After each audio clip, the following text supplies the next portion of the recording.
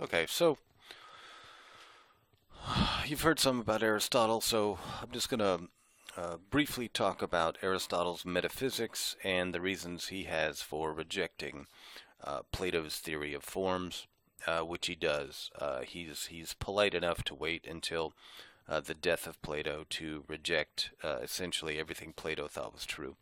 You know already that, of course, Aristotle, um, the most significant student of Plato, was at Plato's academy for 20 years, um, and starts the second school of philosophy, right? The Lyceum. Um, so here we're going to be looking at what makes a thing what it is, per Aristotle. So his first step is going to be to reject the materialist position. The materialist position is that essentially everything is reducible to the stuff that the thing is made of, right? That the materialist position, and this is the position of someone like Marx. Karl Marx was a dialectical materialist. He believed that everything is reducible to those physical components, right? So Aristotle, looks in the reverse. He says, okay, if I've got the physical stuff, do I have the thing? That is, if I have, a big pile of wood, do I have a house? He's like, no, right? That the material alone is not sufficient enough for a thing to exist. And Aristotle's also going to take the position that it's not only the idea of a thing that makes a thing exist, right? So here are the specific reasons why he thinks Plato's wrong about formal reality, or reasons he has to reject Plato's theory. First and foremost is Aristotle doesn't see how creating an entire new reality is going to be of any use to us at all. Right? That what is the connection, right? That's number 4, right? He's saying what is the connection between a form and its particular? That is, what is the connection between my concept of chair and the actual physical chair? I mean, isn't this just, doubling up the number of realities we have? His second reason here, recall that Plato asserts that the forms are supersensible, right? That the forms are beyond our senses. And so Aristotle says, okay, if the forms are beyond the senses, right, how do we understand them? Don't we need physical characteristics to understand a thing? Like, I give you an example. Think about justice. What does justice look like? You're like, oh, I don't know, the scales of just right.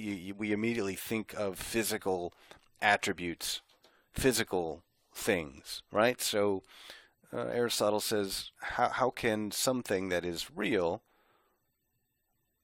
not have any physical characteristics? Like, how can we conceive of something that has no physical characteristics?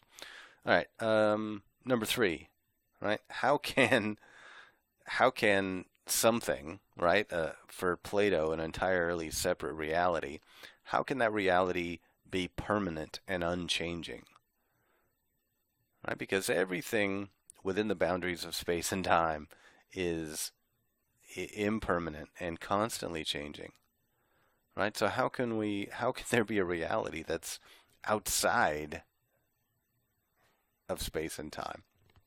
And then the last one, Aristotle essentially, if the forms are permanent and never change, is there a form for change? Is there a permanent, unchanging form of change? Right? And how do forms account for things that change? Right? So these are the reasons that he rejects the theory of forms. And so he posits an altogether different approach to what makes a thing what it is. That is his metaphysical understanding of reality. And he's going to assert that there are 4 separate causes that are necessary to bring something into existence. In order for something to be, right? These four causes must be working in conjunction. Four separate causes that are necessary in order for something to exist. The first is the material cause. Simply enough, the material cause is the stuff that makes a thing, right? It's the material, the physical stuff that makes a thing what it is. The second is the formal cause. This is going to be the shape or the structure of a thing, right? So for material cause, if you think about something like a table, right, a wooden table, right, then the wood would be the material cause. The formal cause would be the shape that the table takes on, right? So flat on top with, sides or what have you.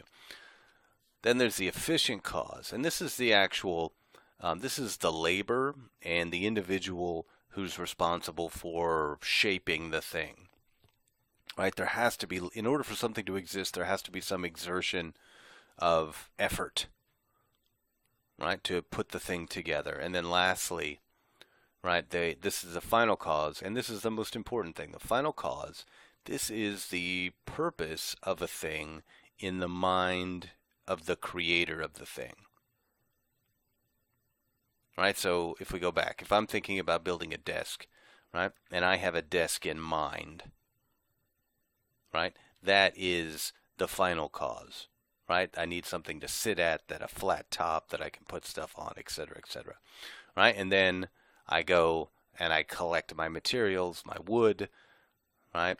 I determine the shape that a thing is going to take, and then there's some effort in terms of working that material and forming it into what it's going to be, all to line up with that purpose that I have in mind for the thing. Right? So